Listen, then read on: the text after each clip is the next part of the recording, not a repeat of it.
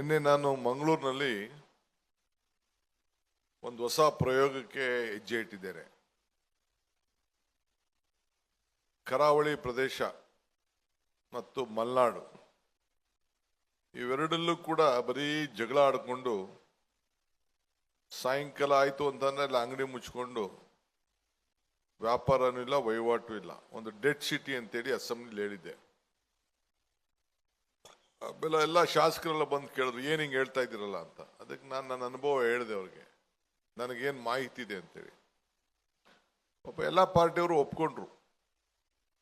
ಅದಕ್ಕೆ ನಾನು ನಿನ್ನೆ ಇಲ್ಲಿ ಬೆಂಗಳೂರಲ್ಲಿ ಒಂದು ಮೀಟಿಂಗ್ ಮಾಡಿದ್ದೆ.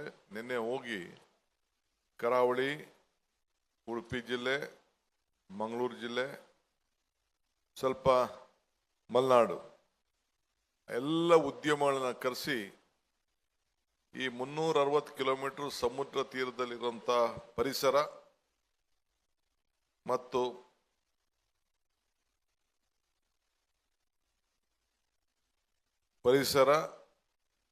ಮತ್ತು ಏನು ಹಸಿರು ಇದೆಯಲ್ಲ, ಇದ್ರ ವೈಭವ ಅದರೆಲ್ಲ ಕೂಡ ಈ ಪ್ರಪಂಚಕ್ಕೆ ಪರಿಚಯ ಮಾಡಬೇಕು. ಅಲ್ಲೆಲ್ಲ ಕಲಿತು ನಿಮ್ಗೆಲ್ಲ ಎಷ್ಟು ಜನ ಗೊತ್ತಿದೆಯೇನೋ, ಮಂಗಳೂರು, ಉಡುಪಿಲಿ ಒಂದು 70-80 ಸಾವಿರ ಜನ PUCಗೆ, ಕೆಲವೆಲ್ಲ ಇಂಜಿನಿಯರಿಂಗ್ ಕಾಲೇಜ್ ಇಟ್ಕೊಂಡವ್ರು ಗೊತ್ತಿದೆ, ಅಲ್ಲೋಗಿ ವಿದ್ಯಾಭ್ಯಾಸ ಮಾಡ್ತಾರೆ. ಆದರೆ ಯಾರು ಅಲ್ಲೋಗಿ ಕೆಲಸ ಮಾಡಲ್ಲ, ಎಲ್ಲ ಹೊರಗಡೆ ದೇಶಕ್ಕೆ ಹೋಗ್ತಾರೆ. ಬೆಂಗಳೂರು ಬರ್ತಾರೆ, ಮುಂಬೈಗೆ ಹೋಗ್ತಾರೆ, ಅಲ್ಲಿ ಕಲೀಲಿಕ್ಕೆ ಹೋಗ್ತಾರೆ.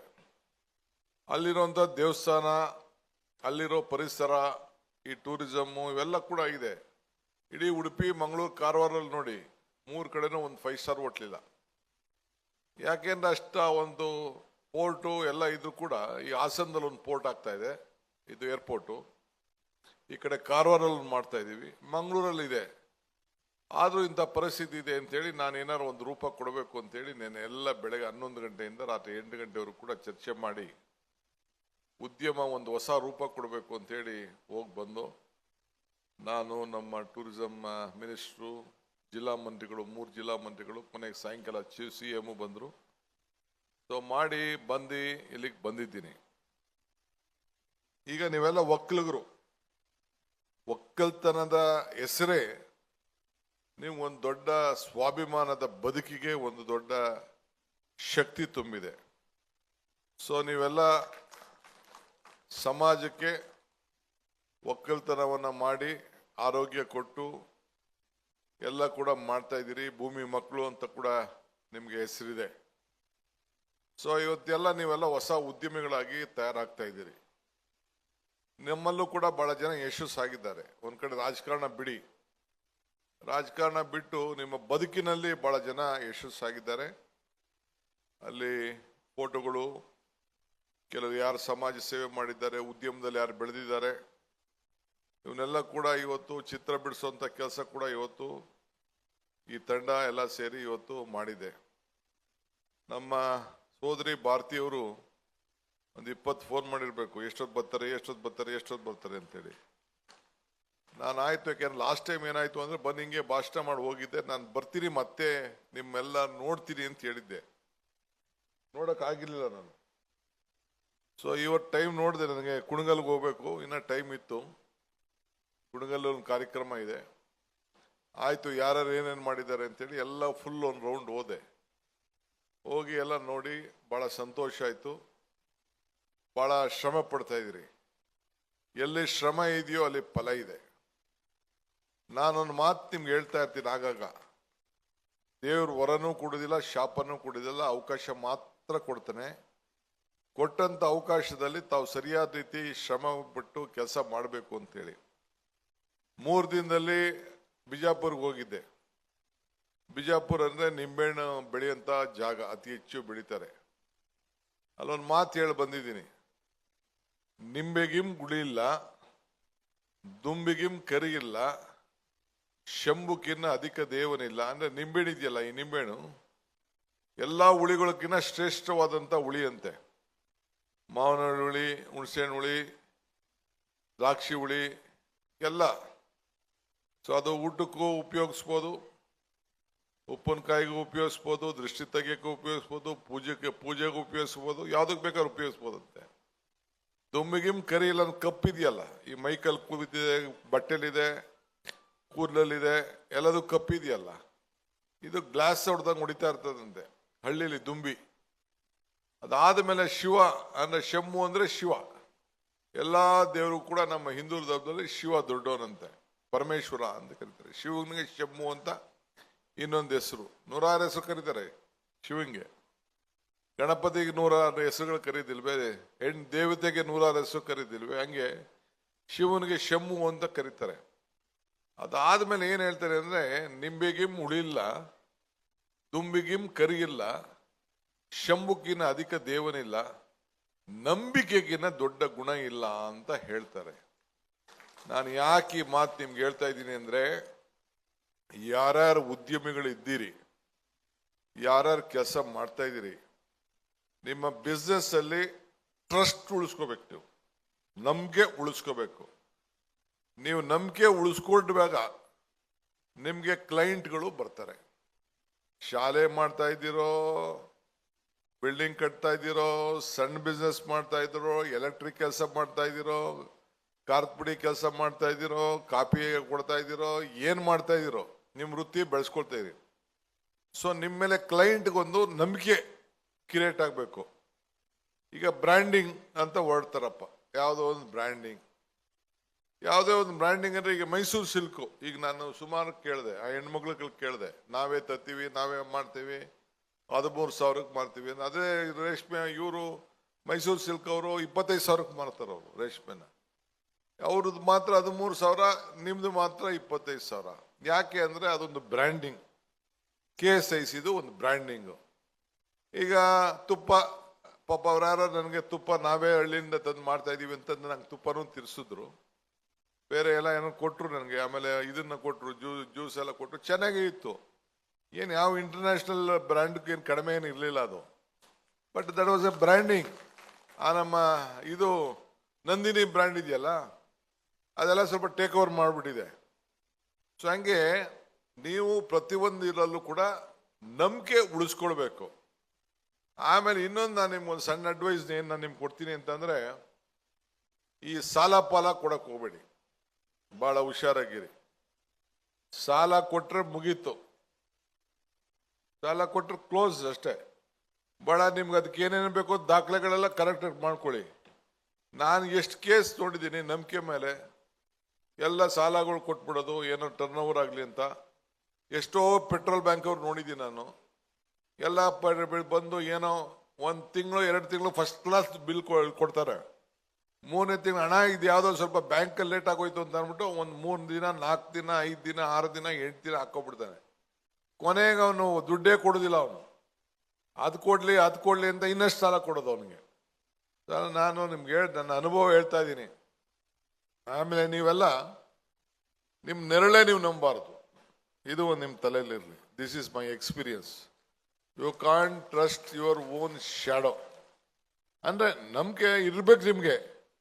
ನೀವು ನಮ್ದೇ ಇರಂಗಿರ್ಬೇಕು. ನೀವು ನಂಬಲೂಬೇಕು, ನಮ್ದಂಗೂ ಇರಬೇಕು. ನಂಬಿಕೆ ಇಲ್ಲದೆ ನಾವು ಕೆಲಸ ಮಾಡೋಕ್ಕಾಗಲ್ಲ. You have to trust people. ನಮ್ಮ ಕೆಲಸದವ್ರನ್ನ ನಂಬಬೇಕು, ಎಲ್ಲರೂ ನಂಬಬೇಕು. ನಾವು ನಮ್ದೇ ಇಲ್ದಂಗೆ ಇರ್ಬೇಕು. ಯಾಕೆಂದ್ರೆ ಎಷ್ಟೇ ಎಂತೆಂಥ ಮನೆಗಳಲ್ಲಿ ನಾವು ಬೇರೆಯವ್ರನ್ನ ಎಂಪ್ಲಾಯ್ಮೆಂಟ್ನ ಇಟ್ಕೊಂಡು ಕೆಲಸ ಮಾಡಬೇಕು. ನಿಮ್ಮಲ್ಲಿ ಯಾಕೆ ನಾನು ಇವತ್ತು ಇಷ್ಟು ಟೈಮ್ನ ನಿಮ್ಮ ಸ್ಪೆಂಡ್ ಮಾಡಿದೆ ಅಂತಂದ್ರೆ, you are not employee, you are ಬರೀ ನೀವು ಒಬ್ಬ ಉದ್ಯೋಗಿಗಳಲ್ಲ. ನೀವು ನೀವು 10 ಜನಕ್ಕೆ ಉದ್ಯೋಗವನ್ನ ಕೊಡುವಂತ ಒಂದು ಪ್ರವೃತ್ತಿಯನ್ನ ನೀವು ಬೆಳೆಸ್ಕೊಂಡು ನೀವು ಆ ಕುಟುಂಬನ ನೀವು ಬೆಳೆಸ್ತಾ ಇದ್ದೀರಿ. ಈಗ ನಾವು ಸ್ಕೂಲಲ್ಲಿ ಇದ್ದಾಗ ನಂಗೆ ಒಂದು ಪಾಠ ಹೇಳ್ಕೊಟ್ಟಿದ್ರು, ಒಂದು ಸಣ್ಣ ಶ್ಲೋಕ ನನಗೆ ಹೇಳ್ಕೊಟ್ಟಿದ್ರು. ಏನು ಒಂದು ನಮ್ಮ ಸಣ್ಣ ಶ್ಲೋಕ ಏನಂದ್ರೆ, ಪರೋಪಕಾರಾಯ ಫಲಂತಿ ವೃಕ್ಷಾಯ, ಪರೋಪಕಾರಾಯ ವಹಂತಿ ನದ್ಯಾಯ, ಪರೋಪಕಾರಾಯ ದುಹಂತಿ ಗಾವ, ಪರೋಪಕಾರಾಯ ಇದಂ ಶರೀರಂ ಅಂತ ಒಂದು ಶ್ಲೋಕ, ಸಣ್ಣ ಶ್ಲೋಕ, ಸುಭಾಷಿತ ಶ್ಲೋಕ. ಅದರ ಅರ್ಥ ಏನಂದ್ರೆ, ಈ ಮರ ಇದೆಯಲ್ಲ, ಗಿಡ, ಆ ಗಿಡ ಏನಿದ್ರು ಮರಕ್ಕೆ ಸ್ವಂತಕ್ಕೆ ಏನಕ್ಕೂ ಪ್ರಯೋಜನ ಇಲ್ಲಂತೆ. ಬೇರೆಯವ್ರಿಗೆ ನೆರಳು ಕೊಡ್ತದಂತೆ, ಸೌದೆ ಕೊಡ್ತದಂತೆ, ಹಣ್ಣು ಕೊಡ್ತದಂತೆ, ಹಿಂಗೆ ಹಸಿರು ಕೊಡ್ತದೆ. ಇವೆಲ್ಲ ಕೂಡ ಬೇರೆಯವ್ರಿಗೆ ಉಪಯೋಗ ಅಂತ. ಅದು ಮರಕ್ಕೇನು ಸ್ವಂತ ಪ್ರಯೋಜನ ಇಲ್ಲ. ಯಾವುದೇ ಮರ ಲೆಕ್ಕ ಹಾಕೊಳ್ಳಿ ನೀವು. ಹಂಗೆ ಈ ಹಸು ಇದೆಯಲ್ಲ, ಹಸು ಹಾಲು ಕೊಡ್ತದೆ, ಹೊಲ ಉಳ್ತದೆ, ನಾವು ಎತ್ಕೊಂಡು ಹೋಯ್ತದೆ, ಗಾಡೀಲಿ ಎತ್ಕೊಂಡು ಹೋಯ್ತದೆ, ಸಗಣಿ ಕೊಡ್ತದೆ. ಕೊನೆಗೆ ನೀವು ಗಣೇಶನ ಹಬ್ಬಕ್ಕೆ ಗಣೇಶ ಏನಾದ್ರು ಸಿಕ್ಲಿಲ್ಲ ಅಂತಂದ್ರೆ ಮೂರ್ತಿ ಒಂದು ಸಗಣಿ ಇಟ್ಕೊಂಡು ಹುಲ್ಲಾಕ್ಬಿಟ್ಟ ತಕ್ಷಣ ಅದು ಪಿಳ್ಳಾರ್ತಿ ಆಗೋಯ್ತದೆ. ಪಿಳ್ಳಾರ್ತಿ ಅಂತ ನೀವು ಕರಿತೀರಿ. ಸೊ ಅದಕ್ಕೇನು ಹಸುಗೆ ಏನು ಪ್ರಯೋಜನ ಬಂತು? ಏನಿಲ್ಲ. ಈ ನದಿ ಹೊಳೆ ಅದು ಹರಿತಾ ಇರ್ತದೆ. ಅದು ಯಾರಿಗೆ ಪ್ರಯೋಜನ? ಅಕ್ಕಿಗಳಿಗೆ ನೀರು, ನಿಮಗೆ ನೀರು, ಬೆಂಗಳೂರು ನೀರು, ನಿಮ್ಮ ವ್ಯಾಪಾರಕ್ಕೆ ನೀರು. ಇಲ್ಲಿಂದ ಕಾವೇರಿ ಹುಟ್ಟಿ ಕಾವೇರಿ ಹೋಗಂಟ ಎಷ್ಟು ಜನಕ್ಕೆ ರೈತರಿಗೆ ಕೊಡ್ತಾ ಇದೆ, ಎಷ್ಟು ಜನ ಫ್ಯಾಕ್ಟ್ರಿ ಕೊಡ್ತಾ ಇದೆ, ನಿಮ್ಗೆ ಕೊಡ್ತಾ ಇದೆ. ಕಾವೇರಿ ತಾಯಿ ಹುಟ್ಟಿ ಹೋಗ್ತಾ ಇರೋದು. ಕಾವೇರಿ ಹುಟ್ಟಿದಾಗ ತಾನೇ ನಾವೆಲ್ಲ ನೀರು ಕುಡಿತಾ ಇರೋದಿಲ್ಲ ಬೆಂಗಳೂರಲ್ಲೆಲ್ಲ. ಸೊ ಅದಕ್ಕೇನು ಪ್ರಯೋಜನ ಇಲ್ಲಂತೆ. ಹಂಗೆ ಹಂಗೆ ಈ ಒಂದ್ ಕಡೆ ಮರ, ಒಂದ್ ಕಡೆ ನದಿ, ಒಂದ್ ಕಡೆ ಹಸು. ಅದೇ ರೀತಿ ಮನುಷ್ಯನ ಹೃದಯ ಕೂಡ, ಮನುಷ್ಯನ ಬದುಕಿನಲ್ಲೂ ಕೂಡ ನಾವು ನಮ್ಮ ಸ್ವಂತಕ್ಕಲ್ಲ ಇರೋದು. ಈಗೆಲ್ಲ ಉದ್ಯೋಗ, ಈಗ ನಮ್ಮ ಪ್ರಕಾಶು, ಮುನ್ರಾಜು, ನಮ್ಮ ರಾಯಪುರಿ ಸ್ಟೇಜ್ ಮೇಲೆ ಎಲ್ಲ ಕೂತವ್ರಲ್ಲ, ಎಷ್ಟು ಸಂಪಾದನೆ ಮಾಡ್ತಾರೆ ಅವರು? ಕೋಟ್ಯಾಂತರ ರೂಪಾಯಿ, ಲಕ್ಷಾಂತರ ರೂಪಾಯಿ ಸಂಪಾದನೆ ಮಾಡ್ತಾರೆ. ನೀನು ಎಷ್ಟು ಊಟ ಮಾಡ್ತೀಯ ಪ್ರಕಾಶ್? 100, 200. ಏನಾದ್ರು ಸಾಯಂಕಾಲ ನಾವು ಬಲವಂತ ಮಾಡಿದ್ರೆ ಒಂದು ಲಾರ್ಜ್ ಹಾಕ್ಬೋದು, ಇಲ್ಲ ಅಂದ್ರೆ ಅದು ಇಲ್ಲ. ಬಟ್ಟೆ ಹಾಕೊಂಡ್ರೆ ಎಷ್ಟು ಬಟ್ಟೆ ಹಾಕೋಬೋದು? ಒಂದು 50,000 ಹಾಕೋಬೋದು, 20,000 ಹಾಕೋಬೋದು. ದಿನ ಟೈಲರ್ಗೆ ಒಂದು 200 ರೂಪಾಯಿ ಕೊಡ್ಬೋದು ಇದಕ್ಕೆ ಡೋಬಿಗೆ. ಅಲ್ಟಿಮೇಟ್ಲಿ ಅವನ್ನೆಲ್ಲ ಒಂದು 50,000 ಲಕ್ಷಕ್ಕೆ ಮುಗ್ದೋಯ್ತಾನೆ ಅವನು. ಮಿಕ್ಕಿದ್ ಯಾರಿಗೋಸ್ಕರ ಸಂಪಾದನೆ ಮಾಡ್ತಾ ಇದ್ದಾನೆ? ಬೇರೆಯವ್ರಿಗೋಸ್ಕರ ಸಂಪಾದನೆ ಮಾಡ್ತಾರೆ. ಹಂಗೆ ಈ ದೇಹ ಇರೋದ್ರು ಬೇರೆಯವ್ರಿಗೋಸ್ಕರ. ಅಲ್ಟಿಮೇಟ್ಲಿ ಅವ್ರಿಗಲ್ಲ. ಈಗ ನಮ್ಮ ಸ್ಕೂಲ್ ಮಾಡೋರು, ನಮ್ಮ ಲೀಡ್ರು ಆನಂದ್, ಒಂದು 500 ಜನ 1000 ಜನ ಟೀಚರ್ಸ್ಗೆ ಸಂಬಳ ಕೊಡ್ತಾ ಇದ್ದಾರೆ. ಆನಂದು ಸ್ಕೂಲ್ ಮಾಡೋರೆ, ಅವರು 1000 ಜನ ಕೊಡ್ತಾರೆ. ಇವರು ಇನ್ಸ್ಟಿಟ್ಯೂಷನ್ ಮಾಡಿಸೋರೆ, 1000 ಜನ ಕೊಡ್ತಾ ಇದ್ದಾರೆ. ಒಬ್ಬ ತಲೆ ಇರೋದಕ್ಕೆ, ಒಬ್ಬ ಉದ್ಯಮಿ ಆದದಕ್ಕೆ, ಒಬ್ಬ ಎಜುಕೇಶನಿಸ್ಟ್ ಆದಕ್ಕೆ ಎಷ್ಟು 1000 ಕುಟುಂಬಗಳನ್ನ ತಯಾರು ಮಾಡ್ತಾರೆ. That is more important. ಇದು ಒಬ್ಬನ ವಿಚಾರ ಅಲ್ಲ. ಸೊ ಅದಕ್ಕೆ ನಾನು ಯಾವತ್ತೂ ಕೂಡ ಎಂಪ್ಲಾಯಿಕಿನ್ನ ಎಂಪ್ಲಾಯರ್, ಅವನು ಸಾಲ ತಗೊಳ್ಳೋದು ಅವನು. ಈಗ ಯಾವ್ದಾದ್ರು ಒಂದು ಸ್ಕೂಲು ಇಲ್ಲ ಯಾವುದೋ ಮಾಡ್ಬೇಕಾದ್ರೆ ಕೊನೆಗೆ ಬ್ಯಾಂಕ್ ಲೋನ್ ಕೊಡ್ತಾರೆ. ಬ್ಯಾಂಕ್ ಲೋನ್ ಕೊಡ್ಬೇಕಾದ್ರೆ ಪರ್ಸನಲ್ ಗ್ಯಾರಂಟಿ ತಗೋತಾರೆ, ಕೊನೆಗೆ ಇಂಟ್ರೆಸ್ಟು. ನಾನು ಆಗ ಹೇಳ್ತಾ ಇರ್ತೀನಿ ನಮ್ಮ ಆಫೀಸರ್ಸ್ಗಳಿಗೆಲ್ಲ, ಈ ರಾಯಪುರ ಹತ್ತವ್ರಿಗೆಲ್ಲ, ರೀ ಅವ್ರಿಗೆಲ್ಲ ಜನಕ್ಕೆಲ್ಲ ನೀವು ಇಂಡಕ್ಕೆ ಹೋಗ್ಬಿಡಿ, ಬಿಲ್ಡಿಂಗ್ ನಾ ಶೆಡ್ ಕಟ್ತೀನಿ ಕಳ್ಸಿ ಅಂತ ಹೇಳಿದ್ರು. ಈ ಮಾಡ್ಬೇಕಾದ್ರೆ ಕೊನೆಗೆ ಬಂಡವಾಳ ಹಾಕ್ತಾನೆ ಅವನು. ಅವನಿಗೆ ಎಷ್ಟು ಸಿಗ್ತದೆ? ಕೊನೆಗೆ ಅವ್ನು ಲೋನ್ ತಗೋಬೇಕು, 13% ಕಟ್ತಾನೆ. ರಿಜಿಸ್ಟ್ರೇಷನ್ ಮಾಡಾಗ 7% ಕಟ್ತಾನೆ. ತಿರ್ಗಾ ಅದಾದ್ಮೇಲೆ ಇಂಟ್ರೆಸ್ಟ್ನ 13-14% ಕಟ್ಟಾದ್ಮೇಲೆ ಕೊನೆಗೆ ಇನ್ಕಮ್ ಟ್ಯಾಕ್ಸ್ 33%. ಎಷ್ಟ್ರಿ? ಎಲ್ಲಿ 22? ಅದು ಸ್ವಂತಕ್ಕೆ, ಇದಕ್ಕೆ ಬಿಸ್ನೆಸ್ ಎಲ್ಲ 30-40% ಆಯ್ತದೆ ಅವೆಲ್ಲ. ಸೊ ಆಯ್ತದೆ. ಸೊ 7% ಸಬ್ ರಿಜಿಸ್ಟರ್ ಆಫೀಸು, ಆಮೇಲೆ ಇದು ಕೂಲಿ, ಇದನ್ನೆಲ್ಲ ಕೊಡಿ, ಸಂಬಳದೆಲ್ಲ ಬಿಟ್ಬಿಡಿ ನೀವು. ಇನ್ಕಮ್ ಟ್ಯಾಕ್ಸ್ 30%, ತಿರ್ಗಾ ಈ ಬ್ಯಾಂಕ್ ಇಂಟ್ರೆಸ್ಟು, ಇವೆಲ್ಲ ಸೇರಿದ್ರೆ 45-50% ಆಗೋಯ್ತದೆ. ಅದಾದ್ಮೇಲೆ ಉಳ್ಕೊಂಡಿರೋದು ಮಾತ್ರ ಅವನಿಗೆ. ನಿಮ್ದು ಅಷ್ಟೇ, ನಿಮ್ಮ ಬಿಸ್ನೆಸ್, ನೀವು ಯಾವುದೇ ಕಾರ್ಪೊಡಿ ಬಿಸ್ನೆಸ್ ಮಾಡ್ತಾ ಇದ್ದೀರೋ, ಬಟ್ಟೆ ಬಿಸ್ನೆಸ್ ಮಾಡ್ತಾ ಇದ್ರು, ಏನು ಬಿಸ್ನೆಸ್ ಮಾಡ್ತಾ ಇದ್ರು. ಆಮೇಲೆ GST ಬೇರೆ 17-18%, ಅದು ಬೇರೆ ಲೆಕ್ಕ ಹಾಕೊಳ್ಳಿ ನೀವು. 12%, 15% ಎಲ್ಲ ಹಾಕಿದ್ರೆ 50% ಮೇಲೆ ಆಗೋಯ್ತದೆ. ಇನ್ನು ನಿಮ್ಗೆ ಉಳಿಯೋದು ಎಲ್ಲಿದೆ? ಸೊ ಹಂಗೆ ನೀವು ಸರ್ಕಾರಕ್ಕೂ ಸಹಾಯ ಮಾಡ್ತಾ ಇದ್ದೀರಿ, ನಿಮ್ಮ ಕುಟುಂಬಕ್ಕೂ ಸಹಾಯ ಮಾಡ್ತಾ ಇದ್ದೀರಿ, ನಮ್ದಂತ ಜನಕ್ಕೂ ಸಹಾಯ ಮಾಡ್ತಾ ಇದ್ದೀರಿ. ನೀವು ಕೂಡ ಬದುಕಬೇಕು. ಇಷ್ಟು ಶ್ರಮ ಇದೆ. ಅಂತ ಶ್ರಮದಲ್ಲಿ ಇಂಥ ಯಶಸ್ಸನ್ನ ಕಾಣ್ತಾ ಇರೋಂಥ, ಇಂಥ ಧೈರ್ಯ ಮಾಡ್ತಾ ಇರೋಂಥ ಉದ್ಯಮಿಗಳಿಗೆ ನಾನು ಶುಭ ಕೋರಬೇಕು. ನಾನು ಈ DK ಶಿವಕುಮಾರ್ ಕೂಡ ನಿಮ್ಮ ಜೊತೆಲಿ ಇದ್ದೀನಿ ಅಂತ ಹೇಳಲಿಕ್ಕೋಸ್ಕರ ನಾನು ಇಲ್ಲಿಗೆ ಬಂದಿದ್ದೇನೆ. ಅಷ್ಟು ಬಿಟ್ರೆ ಇನ್ನೇನೂ ಇಲ್ಲ. ನಮ್ಮ ಸ್ವಾಮೀಜಿಗಳು 50 ವರ್ಷದ ಬರ್ತಡೇ ಮಾಡ್ಕೊಂಡಿದ್ರು. ಆವತ್ತು ನಾನು ಹೋಗಿದ್ದೆ. ಕುಂಬಳಗುಡ್ತಾವು ನಮ್ಮ ಇವರೆಲ್ಲ ಇದ್ರು, ಒಂದಷ್ಟು ಜನ ಎಲ್ಲ. ಆಗ ಇವ್ರು ಬಂದು ಸಾಯಿಬಾಬಾ ಅವರು ಹೇಳಿದ್ರು, ದುಡ್ಡು ಬ್ಲಡ್ 2 ಸರ್ಕ್ಯುಲೇಟ್ ಆಗಬೇಕು ಅಂತ. ದುಡ್ಡು ಒಂದ್ ಕಡೆ ಇರಬಾರ್ದಂತೆ. ಒಂದ್ ಕಡೆ ಇದ್ರೆ ಮಡಕೆಯಲ್ಲೋ ಕುಡಿಕೆಯಲ್ಲೋ ಯಾರೋ ಇದ್ರೆ ಕಳ್ಳರು ಪಳ್ಳರು ಎಲ್ಲ ಬಂದ್ಬಿಡ್ತಾರಂತೆ. ಹಂಗೆ ಸೇಲ್ ಟ್ಯಾಕ್ಸ್ ಅವರು, ಇನ್ಕಮ್ ಟ್ಯಾಕ್ಸ್ ಅವರೆಲ್ಲ ಬಂದ್ಬಿಡ್ತಾರಂತೆ. ಹಂಗೆ ಬ್ಲಡ್ಡು ಅಷ್ಟೇ ಒಂದ್ ಕಡೆ ಸೇರ್ಕೊಬಿಡ್ತು ಅಂತಂದ್ರೆ ಶುಗರು, BP ಎಲ್ಲ ಡಾಕ್ಟ್ರೆ ಎಲ್ಲ ನೋಡಿ, ಡಾಕ್ಟರ್ ಬಂದವ್ರೆ ಚೆಕ್ ಮಾಡ್ತಾ ಇರ್ತಾರೆ. ನೋಡಿ ಇವ್ರು ದೊಡ್ಡ ಸ್ಕೂಲ್ ಕಟ್ಟವ್ರೆ, 20 ಕೋಟಿ ಬಂಡವಾಳ ಹಾಕ್ಬಿಟ್ಟು ಅವ್ರಿಗೆಲ್ಲ ಸ್ಕೂಲ್, ಅವ್ರ ಮಕ್ಳಿಗೆಲ್ಲ ಸ್ಕೂಲು, ಗೌರ್ಮೆಂಟ್ ಸ್ಕೂಲ್ನ ಕಟ್ಟವ್ರೆ ನಮ್ಮ ಡಾಕ್ಟ್ರು. ನಾನು ಹೋಗಿದ್ದೆ,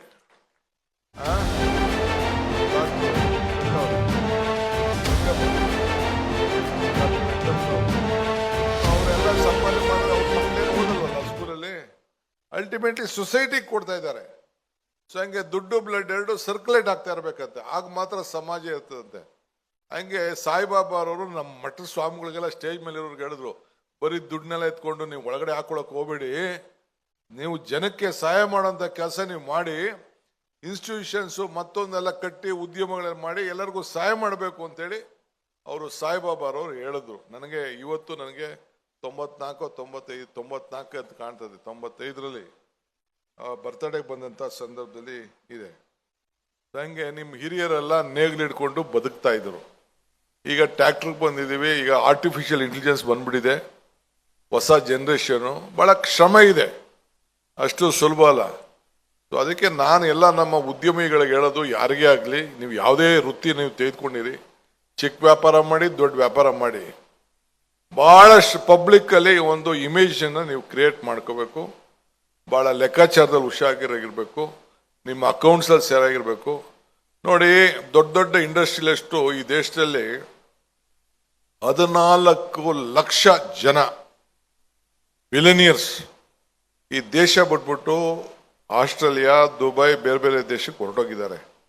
ಯಾಕೆ ಅಂದರೆ ಇನ್ಕಮ್ ಟ್ಯಾಕ್ಸ್ ಅವರು, ED, CBIನವರು ಕಾಟ ತಡಿನಾರ್ದೆ ಎಲ್ಲ ಹೊರಗಡೆ ಒಂದು ಅಲ್ಲಿ ಟ್ಯಾಕ್ಸ್ ಕಡಿಮೆ ಇದೆ, ಬೇರೆ ಬೇರೆ ಇದೆ ಅಂತೇಳಿ ಶಿಫ್ಟ್ ಆಗ್ಬಿಟ್ಟಿದ್ದಾರೆ. ನಾನೀಗ ಅದ್ರ ಬಗ್ಗೆ ಚರ್ಚೆ ಮಾಡೋಕೆ ಹೋಗುದಿಲ್ಲ. ನನಗೂ ಬೇಕಾದಷ್ಟು ಹೇಳ್ತಾರೆ, ಸಾಕಪ್ಪ ನೀನು ಎಲ್ಲಾರು ಮಾಡಂತ. ಇಲ್ಲ, ನಾ ಏನು ಕಷ್ಟನ ಸುಖನ ಎಲ್ಲ ಅನುಭವಿಸಾಗೋಯ್ತು, ಇನ್ನೇನಿದೆ ನಾನು ಅಂತ ಅಂದ್ಬಿಟ್ಟು ನಾನು ಹಿಂಗೆ ಕಾಲ ಕಳ್ಕೊಂಡು ಹೋಗ್ತಾ ಇದ್ದೀನಿ.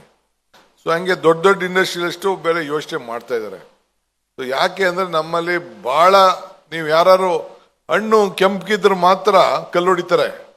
ಮರದಲ್ಲಿ ಈಗ ಮಾವಿನಕಾಯಿ ಆಗಲಿ ಯಾವುದೇ ಕಾಯಿ ಹಣ್ಣು ಕೆಂಪು, ಇನ್ನು ಹಸಿರಿದ್ರೆ ಯಾರು ಹೊಡಿತಾರೆ ಕಲ್ಲು, ಕಲ್ಲರ್ ಬಂದ್ರೆ ಮಾತ್ರ ಅದಕ್ಕೆ ನೋಡ್ತಾರೆ ಎಲ್ಲರೂ.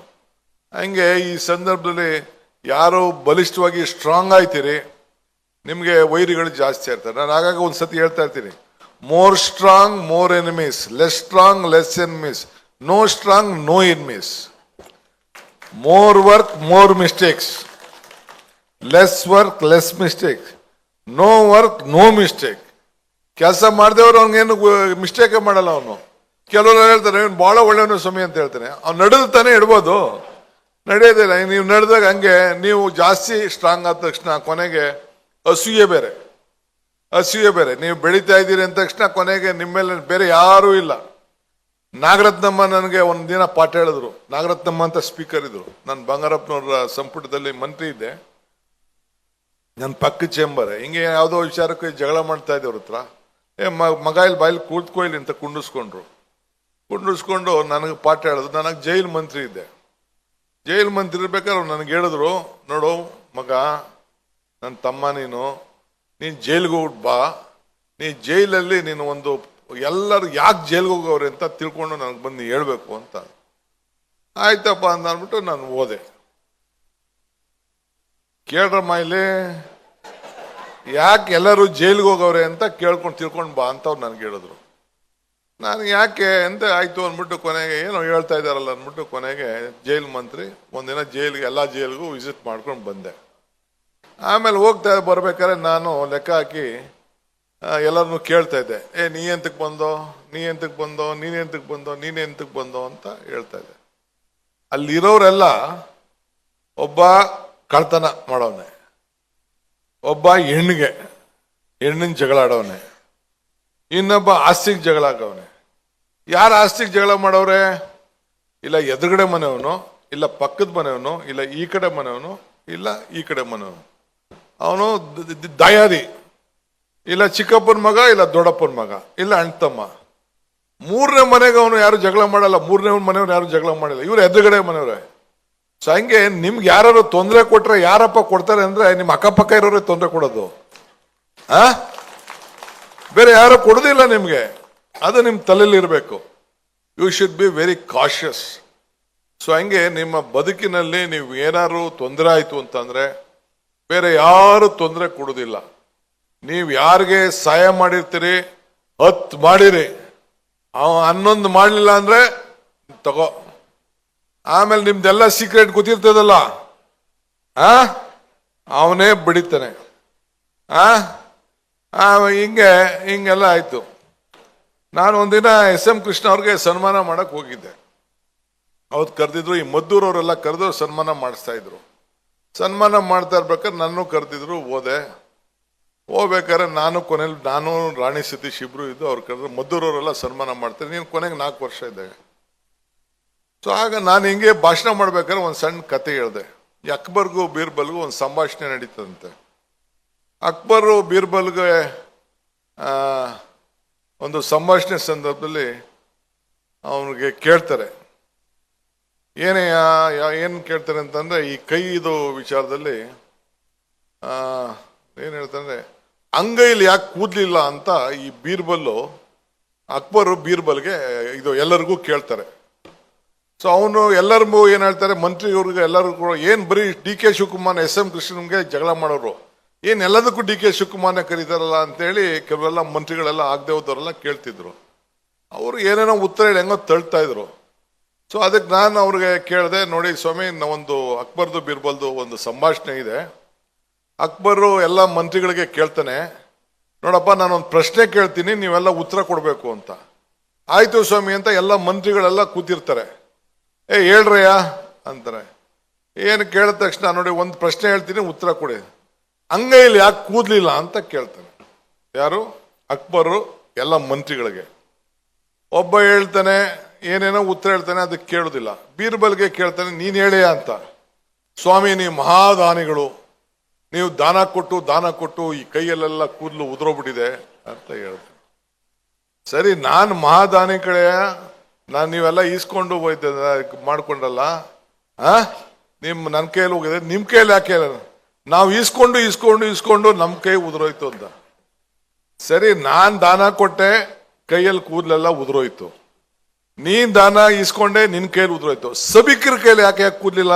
ಅವ್ರು ನಂಗೆ ಸಿಕ್ಲಿಲ್ವ ಅಂತ ಒಸಿಕೊಂಡು ಅಂದ್ರೆ ಅಸೂಯೆ. ಹೆಂಗೆ? ನಿಮ್ಗೆ ಬಹಳ ಹುಷಾರಾಗಿರಿ. ಅಸೂಯೆ, ಶ್ರಮ ಯಾರು ಪಡುದಿಲ್ಲ. ಅಯ್ಯೋ ಇವ್ನ ಹಿಂಗ್ ಬೆಳೆದ್ಬಿಟ್ನಲ್ಲ, ಜಯರಾಮ ಹಿಂಗ್ ಬೆಳೆದ್ಬಿಟ್ನಲ್ಲ, ಇವ್ರು ಹಿಂಗ್ ಬೆಳೆದ್ಬಿಟ್ನಲ್ಲ ಅಂತ ಅಯ್ಯೋ ಒಸಿಕೊಂಡು ನಿಮ್ಮಲ್ಲಿ ಇರೋರೇನೆ ಏನ್ ನಿಮ್ ಫ್ರೆಂಡ್ಸು, ನಿಮ್ ಚಿಕ್ಕಪ್ಪನ ಮಕ್ಕಳು, ದೊಡ್ಡಪ್ಪನವರು ಬರೀ ಫೋನ್ ಬೇರೆ ಬಂದ್ಬಿಟ್ಟಿದೆ. ಆ ಫೋನಲ್ಲಿ ಮಾತಾಡ್ಕೊಂಡು ಗಂಟೆಗಟ್ಟಲೆ ಚರ್ಚೆ ಮಾಡ್ಕೊಂಡು ಒಸಿಕೊಂಡು ಕೂತಿರ್ತಾರೆ. ಸೊ ಹಂಗೆ ನೀವು ಸ್ವಲ್ಪ ಹುಷಾರಾಗಿರಿ, ಬೇರೆಯವರೆಲ್ಲ. ಸೊ ಹಂಗೆ ನೀವೆಲ್ಲ ಬಿಸ್ನೆಸ್ ಮಾಡ್ಬೇಕಾರೆ ಯಶಸ್ಸು ಬಹಳ ಹುಷಾರು. ಅಸೆಂಬ್ಲಿ ಒಂದಿನ ಯಡಿಯೂರಪ್ಪನ್ಗೆ ಹೇಳ್ದೆ ನಾನು, ಬಹಳ ದೊಡ್ಡದಾಗಿ ಹೇಳ್ದೆ, ನೋಡಪ್ಪ, ಯಶಸ್ಸು ಸುಮ್ಮನೆ ಅಲ್ಲ, ಧರ್ಮರಾಯನ ಧರ್ಮತ್ವ ಇರಬೇಕು, ದಾನಶೂರ ಕರ್ಣನ ದಾನತ್ವ ಇರಬೇಕು, ಅರ್ಜುನನ ಗುರಿ ಇರಬೇಕು, ವಿದುರನ ನೀತಿ ಇರಬೇಕು, ಭೀಮನ ಬಲ ಇರಬೇಕು, ಕೃಷ್ಣನ ತಂತ್ರ ಇರಬೇಕು. ಆಗ ಮಾತ್ರ ಯಶಸ್ಸಾಗ್ಲಿಕ್ಕೆ ಸಾಧ್ಯ. ಈ ಎಲ್ಲ ಗುಣಗಳಲ್ಲೂ ಕೂಡ ಮನುಷ್ಯನಲ್ಲಿ ಇದ್ದಾಗ ಮಾತ್ರ ಯಶಸ್ಸಾಗ್ಲಿಕ್ಕೆ ಸಾಧ್ಯ ಅಂತೇಳಿ ಯಡಿಯೂರಪ್ಪನವ್ರಿಗೆ ಯಾವಾಗ ಅಸೆಂಬ್ಲಿಲಿ ನನಗೆ ಹೇಳಿದ ಮಾತು ಈಗ ನನಗೆ ನೆನಪು ಬರ್ತಾ ಇದೆ.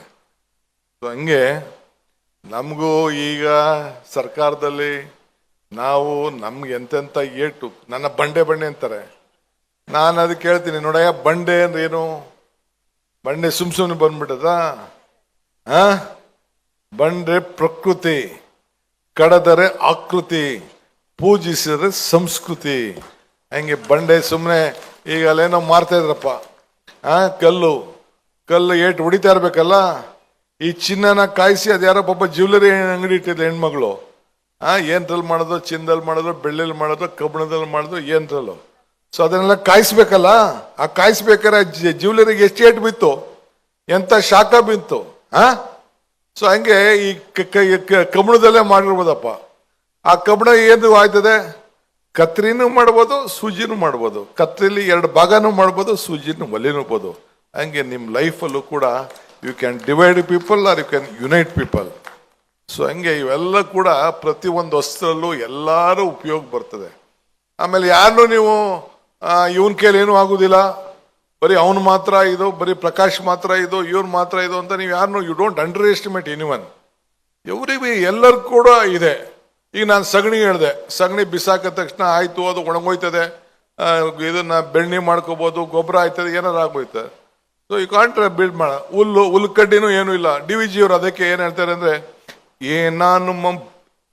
ಏನಾನು ಮಮ್ಮಾಡು ಕೈಗೆ ದೊರಜ ಹುಜ್ಜುಗವ, ನಾನೇನು ಹುಲ್ಲು ಕಡ್ಡಿ ಎಂಬ ನುಡಿಬೇಡ, ಹೀನ ಮಾವುದು ಮಿಲ್ಲ ಜಗದ ಉಡಿಯೊಳಗೆ ತಾಣ ನಿನಗುವುದು ಮಂಕುತಿಮ್ಮ. ಅಂದ್ರೆ ಈ ದೇಗುಲದ ಜಗತ್ತಿನ ಗುಡಿಯಲ್ಲಿ ಎಲ್ಲರಿಗೂ ಕೂಡ ಒಂದಲ್ಲ ಒಂದು ಅವಕಾಶ ಇದ್ದೇ ಇದೆ.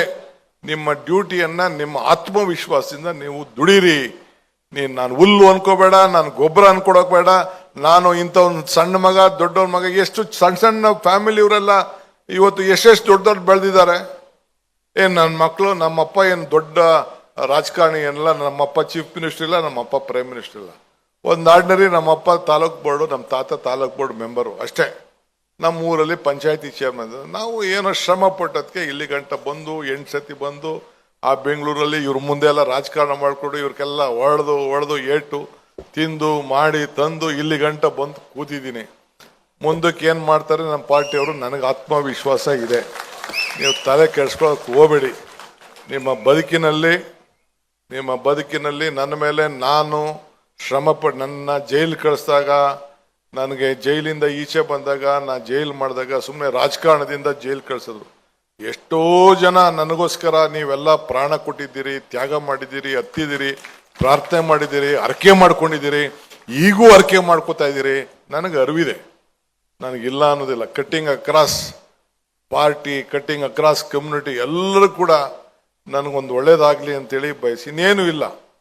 ನಾನು ಅಲ್ಲೆಲ್ಲೋ ಇದರಲ್ಲಿ ಚಾಮುಂಡಿ ಬೆಟ್ಟದ ಕೆಳಗಡೆ ಹೇಳಿದೆ, ಪ್ರಯತ್ನ ವಿಫಲ ಆಗ್ಬೋದು, ಪ್ರಾರ್ಥನೆ ವಿಫಲ ಆಗ್ಲಿಕ್ಕೆ ಸಾಧ್ಯ ಇಲ್ಲ ಅಂತ ಕೂಡ ಒಂದು ಮಾತನ್ನು ನಾನು ಹೇಳಿದ್ದೇನೆ. ಸೊ ಹಂಗೆ ನಿಮಗೂ ಕೂಡ ಶ್ರಮ ಪಡಿ, ಶ್ರಮಕ್ಕೆ ಫಲ ಇರ್ತದೆ. ಟೀಕೆಗಳು ಸಾಯ್ತವೆ, ಟೀಕೆ ದಟ್ ವಿಲ್ ಡೈ. ಆದರೆ ನೀವು ಮಾಡೋಂಥ ಕೆಲಸಗಳು ಉಳ್ಕೊಳ್ತದೆ. ಸೊ ಮಾಡಿ. ನಾನು ಚಿಕ್ಕವನಾಗಿರ್ಬೋದು, but my experience is very big. ನಂದೇ ಆದಂಥ ಎಕ್ಸ್ಪೀರಿಯನ್ಸು ಇಲ್ಲಿ ಲೆವೆಲ್ವರೆಗೂ ಇಲ್ಲಿವರೆಗೂ ಬೆಳೆದು ವಿತೌಟ್ ಎನಿ ಬ್ಯಾಕ್ಗ್ರೌಂಡು. ಕೊನೆಗೆ ನಮಗೆಲ್ಲ ಬಡಿತಾ ಇರೋರು ಯಾರು? ಬೇರೆ ಯಾರು ಬಡಿತಾವ್ರ? ನಮ್ಮ ಸ್ವಂತ ಜನನೇ, ನಮ್ಮ ಸ್ವಂತ ಜಾತಿಯವರೇ ನನ್ನ ದಿನ ಬೆಳಿಗ್ಗೆ ಟೀಕೆ ಮಾಡ್ತಾವ್ರೆ. ನನ್ಗೆ ಸಿಕ್ಲಿಲ್ವಲ್ಲ, ಇವ್ನು ಸಿಗ್ತಾ ಇದ್ದಲ್ಲ, ಅದಾಗ್ತಾ ಇಲ್ಲ ಅಂತ ದಿನ ಒಸಕ್ತಾ ಇದ್ದಾರೆ, ಏನೇನೋ ಮಾಡ್ತಾ ಇದ್ದಾರೆ. ಏನೆಲ್ಲ ನನಗೆ ಆಗ್ತಾ ಇದ್ದಾರೆ, ಟಿವಿಗಳಲ್ಲಿ ಆಗ್ತಾ ಇದ್ದಾರೆ, ಇನ್ಸ್ಟಾಗ್ರಾಮಲ್ಲಿ ಆಗ್ತಾ ಇದ್ದಾರೆ, ಸೋಷಿಯಲ್ ಮೀಡಿಯಲ್ಲಿ ಆಗ್ತಾ ಇದ್ದಾರೆ. ನೀವು ತೆಗ್ದು ನೋಡಿ, ನನಗೆ ಚಚ್ಚಾಕ್ ಕೂತವ್ರೆ. ಹಿಂದೆಯಿಂದನೂ ಚಾಕ್ ಆಗ್ತಾ ಇದ್ದಾರೆ, ಮುಂದೆಯಿಂದನೂ ಚಾಕ್ ಆಗ್ತಾ ಇದ್ದಾರೆ. ಇವೆಲ್ಲ ಇದ್ದಿದ್ದೆ ಪಾಲಿಟಿಕ್ಸ್ ಅಲ್ಲಿ. ಇವೆಲ್ಲ ತಲೆ ಕೆಡಿಸ್ಕೊಳ್ಳಬಾರ್ದು. ನಾವು ಮಾಡ್ತಾ ಇದ್ದಾರೆ. ನಾವು ಎಷ್ಟು ಪ್ರಾಮಾಣಿಕವಾಗಿ, ಈಗ ಕುಮಾರಸ್ವಾಮಿ ಸಹಿತಪ್ಪ ಎಷ್ಟು ಪ್ರಾಮಾಣಿಕವಾಗಿ ದುಡ್ದಿದ್ದೀನಿ ಅಂದ್ರೆ ನನ್ನ ಆತ್ಮಸಾಕ್ಷಿ ಗೊತ್ತು.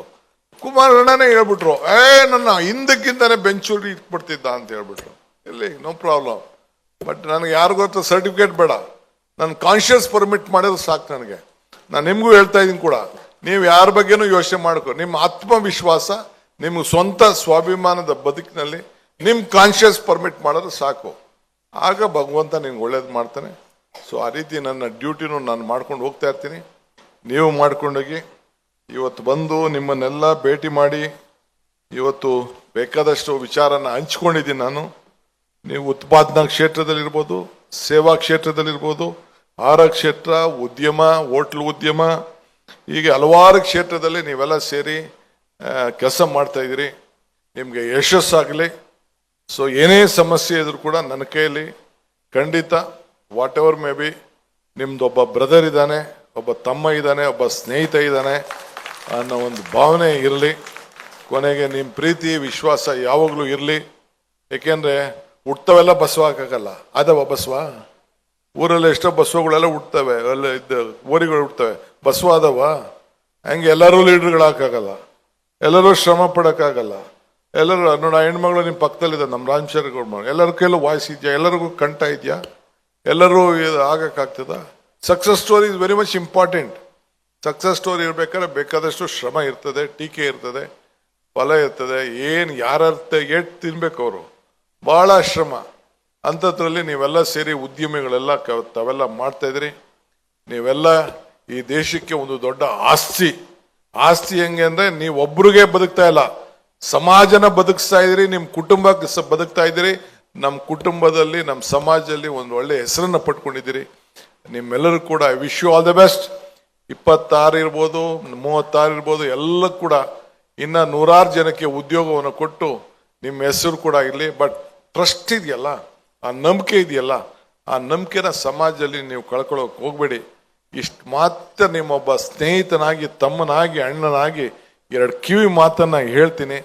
ಕೆಲವ್ರಿಗೆ ತಮಾಷೆ ಕಾಣ್ಬೋದು, ಕೆಲವರು ನಿಜ ಇರ್ಬೋದು, ಕೆಲವ್ರಿಗೆ ಬೇರೆ ತರ ಭಾವನೆ ಇರ್ಬೋದು.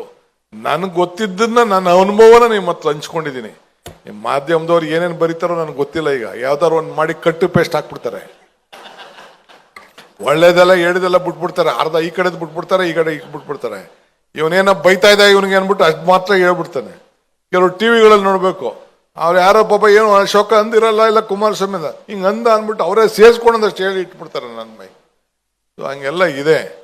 ಭಾಳ ಹೊಸ ಲೋಕ ಬಂದ್ಬಿಟ್ಟಿದೆ. ಆರ್ಟಿಫಿಷಿಯಲ್ ಇಂಟೆಲಿಜೆನ್ಸ್ ಏನೇನು ತೊಗೊಂಡು ಹೋಗ್ತದೋ, ಏನೇನು ಮಾಡ್ತದೋ ಗೊತ್ತಿಲ್ಲ. ಎನಿವೆ, ಬಟ್ ನಿಮ್ಮ root, if you forget the root you will not get the fruit. What is your root? Your parents, your community, those who are helping. So ಮರಕ್ಕೆ ಬೇರು ಮುಖ್ಯ, ಎಷ್ಟು ಮುಖ್ಯನೋ ಮನುಷ್ಯನಿಗೆ ನಂಬಿಕೆ ಕೂಡ ಅಷ್ಟೇ ಮುಖ್ಯ. ಹಂಗೆ ಮರಕ್ಕೆ ಬೇರೆ ಇಲ್ಲ ಅಂತಂದ್ರೆ ಯಾವ್ದಾರು ನಿಂತ್ಕೊಳಕ್ ಸಾಧ್ಯನಾ? ಈ ಬಿಲ್ಡಿಂಗ್ ಕಟ್ಟಕ್ಕೆ ಫೌಂಡೇಶನ್ ಇಲ್ಲ ಅಂದ್ರೆ ಬಿಲ್ಡಿಂಗ್ ನಿಂತ್ಕೊಳಕ್ ಸಾಧ್ಯನಾ? ಸೊ ನಿಮ್ಮ ಫೌಂಡೇಶನ್ ಕರೆಕ್ಟಾಗಿರಲಿ, ನಿಮ್ಮ ಬೇರ್ ಕರೆಕ್ಟಾಗಿರಲಿ, ನಿಮ್ಮ ನಂಬಿಕೆ ಕರೆಕ್ಟ್ ಇರಲಿ. ಸೊ ಆಗ ನೀವೆಲ್ಲ ಯಶಸ್ವಿ ಆಗ್ತೀರಿ. ಇಷ್ಟು ಮಾತ್ರ ಹೇಳಿ ಜಾಸ್ತಿ ಮಾತಾಡಿದೀನಿ, ಕ್ಷಮಿಸ್ಬೇಕು. ನಮಸ್ಕಾರ.